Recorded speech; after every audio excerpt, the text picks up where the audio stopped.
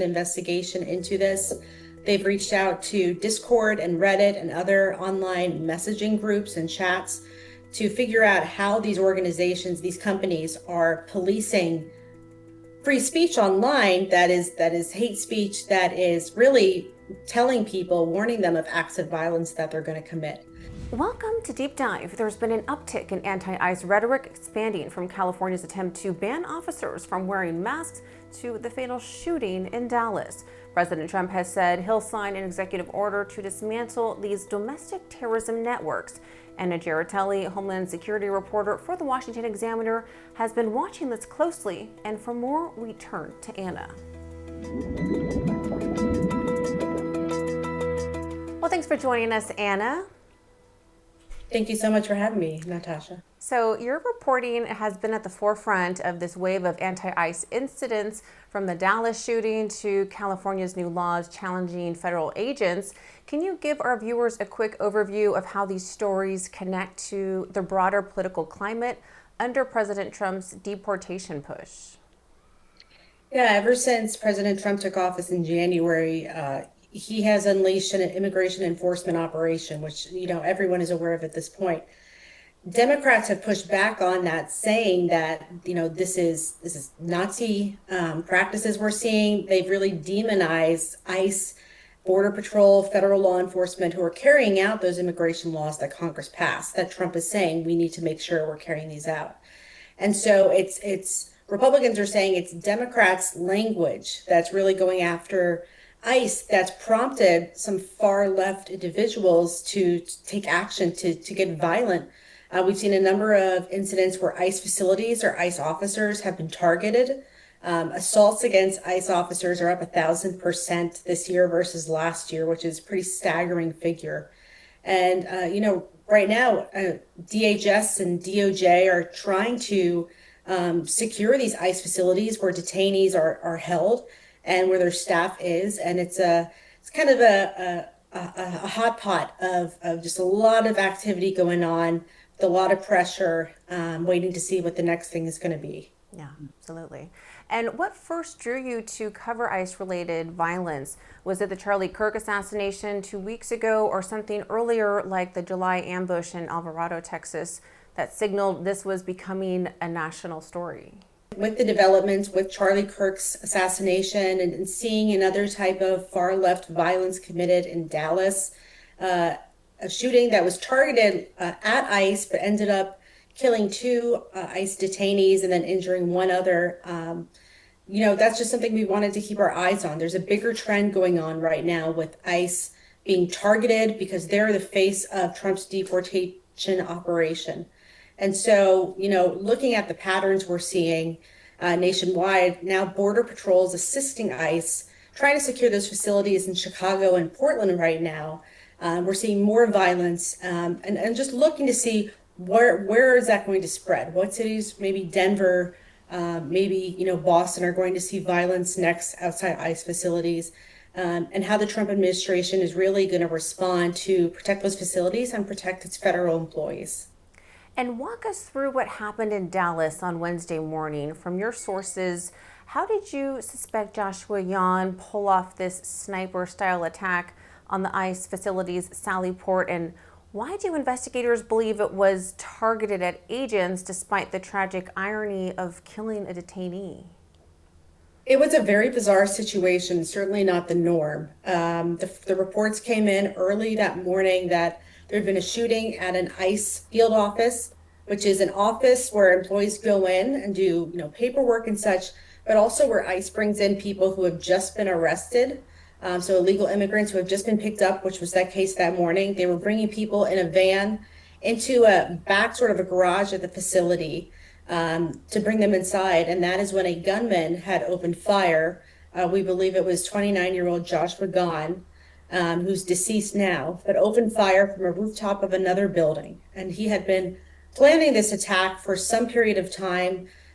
There's evidence of now at least a month-long planning went into this. He viewed the Charlie Kirk assassination videos.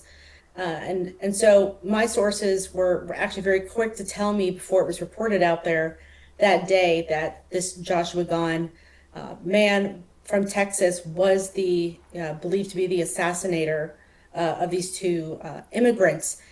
We found out after the fact there was stuff left behind, bullet rounds that said anti-ICE on them. And so then we were trying to answer the question of if you're targeting ICE, how did you end up shooting immigrants in detention? And at this point, it looks like it was just a missed shot on his part. Unfortunately, someone died. Those weren't ICE officers, but they were detainees in custody. I see. Yeah, very tragic indeed. And reports show Gone used apps to track ICE movements and downloaded lists of Homeland Security facilities as far back as August. As a reporter, how did you piece together his digital trail? And does this suggest lone wolf actors are getting savvier with publicly available tools meant for activists?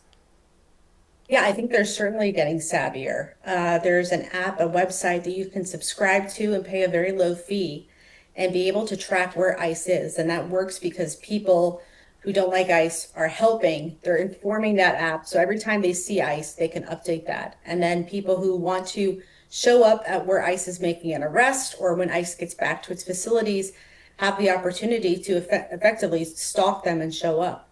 But it's, yeah, it's these types of apps that are really making that possible at this point. I see. And Antifa sites like anarchistnews.org called for a carnival of war against ICE just a day before the shooting, and Reddit threads urged shoot first against agents.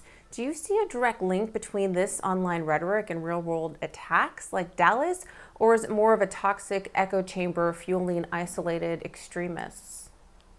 I think it could be both. And I know that the House Republicans committees there are actually last week launched an investigation into this.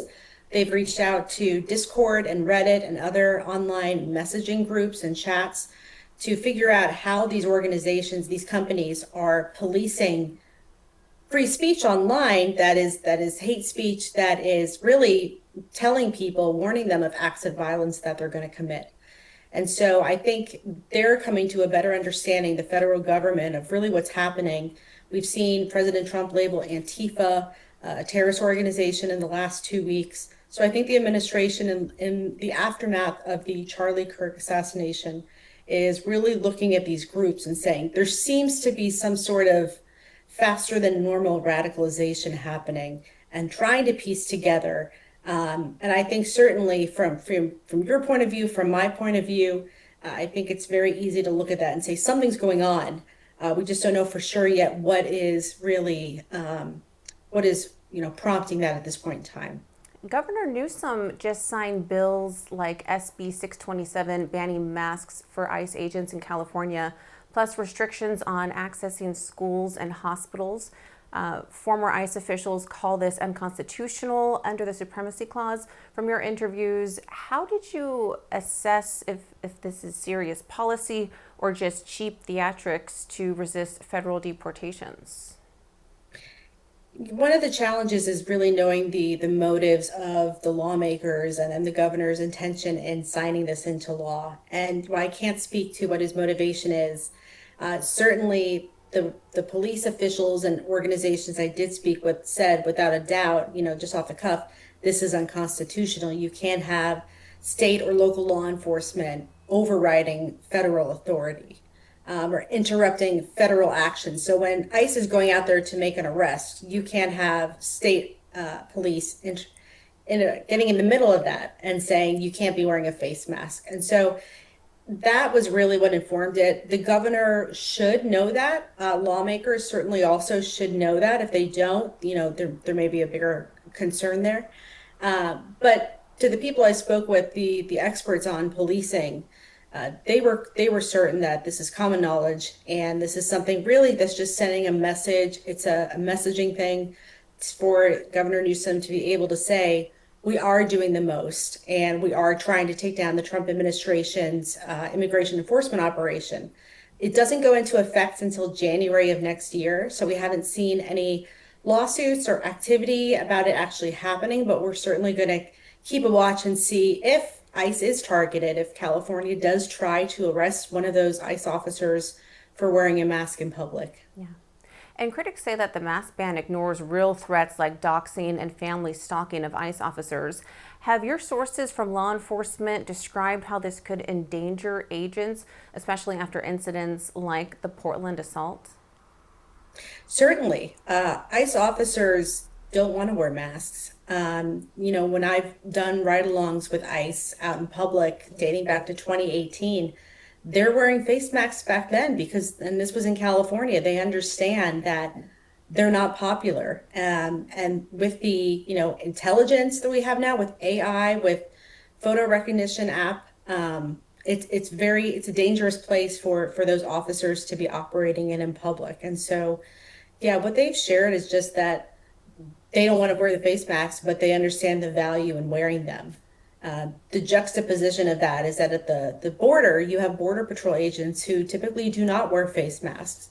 The cartels understand, the Mexican cartels smuggling people and drugs over the border, that it's not in their best interest to make problems with law enforcement because that's going to then get the whole federal government going after those cartels. And so we're seeing a really interesting dynamic with these far left and Antifa style groups in the United States who are willing to really go after ICE and federal law enforcement that don't seem to understand the whole force of the government that could be coming their way soon. I see. And President Trump teased an executive order to dismantle domestic terrorist networks, building on his, Antifa designation after the Kirk killing. Republicans like Vice President Vance and Secretary Nome blame Democratic rhetoric comparing ICE to Nazis for inciting violence. What's your take on whether this order will target financial support for groups like Antifa, and how did you gauge reactions from both sides? I think they are going to go after the money. I could see sanctions certainly coming from the Treasury Department. At at the end of the day, if they're classifying it as a terrorist organization, they're going to go after them and the money and money laundering and all sorts of things in the same way they would with I don't want to say real terrorist organizations, but other terrorist organizations. And DHS is now boosting security at all 122 ICE detention facilities and 159 offices nationwide, citing, as you mentioned, 1,000% spike in assaults. Secretary Nome called the Dallas shooting a wake-up call to tone down rhetoric. From your reporting, what specific measures are they considering, like more federal police or private security? And have these attacks deterred recruitment for DHS and ICE? I don't think they've deterred recruitment. ICE has seen over 150,000 people apply for 10,000 job openings just since midsummer. So they're seeing really impressive numbers there. I think in one sense, it might even help recruitment because people who want to join ICE want to join ICE. They're really motivated and they want to stand for what that stands for. I think the federal government, the Department of Justice is sending in ATF, FBI, DEA, other agents and officers to ICE facilities around the country. Attorney General Palm Bandy announced that last week. And we're also seeing the Department of Homeland Security send in Border Patrol agents from its tactical unit. Those are agents who are trained far more than other agents. They know how to deal with violence, rioting type situations. These are the folks who were deployed to Portland during the riots and DC during the riots in 2020. And so they're on site right now, the Border Patrol agents in Portland and in Chicago at two ICE detention facilities where there's been some violence. There's been protesting, but there's been some violence too. So they're just to ensure that the people inside there being detained, as well as the ICE employees, the contractors, are safe while they're there and can go home to their families at the end of the day. Yeah, makes sense. And Democrats like Hakeem Jeffries called the shooting horrifying but blamed Trump for the breaking point in violence. How do you see both parties' responses playing out, especially with calls for gun control from the DNC? I think both parties are blaming each other. We're seeing Democrats blame President Trump for his rhetoric and saying that he's setting the tone. Even after Charlie Kirk's assassination, we saw Charlie's wife, Erica, talk about forgiveness. And we saw President Trump's speech take a really different tone and say we're going after the far left. And And I think it provokes the left even more. And at the same time, we're seeing folks on the left really, I think what's lost is people aren't understanding each other. The right is truly terrified of the left. The left is truly terrified of the right. They really think the president is a fascist and a dictator. And so some of the actions they're taking, certainly violence is never the answer.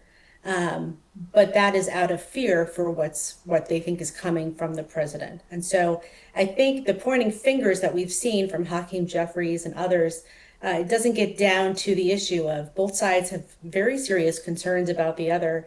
And I think if people could be reassured and understand where the other is going, what the end goal is, it might make for a better chance of bipartisanship moving the country forward. Because at this point, it's just, one side attacks the other and then vice versa. And it's not moving anything forward. Yeah, absolutely. And finally, as attacks on ICE continue, what advice would you give to reporters covering polarized stories like this? And for our audience, how can we better understand the human cost ICE agents fearing for their families or detainees caught in the crossfire? We're going to be speaking with ICE officers in the near future and Border Patrol as well about the impact that this has on them.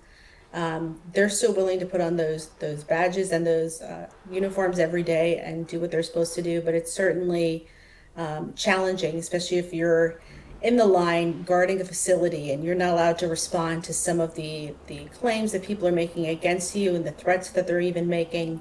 I think, like you said, there's a human element to this, and that's what it all comes down to. The protesters are really upset about people being detained and why this is happening.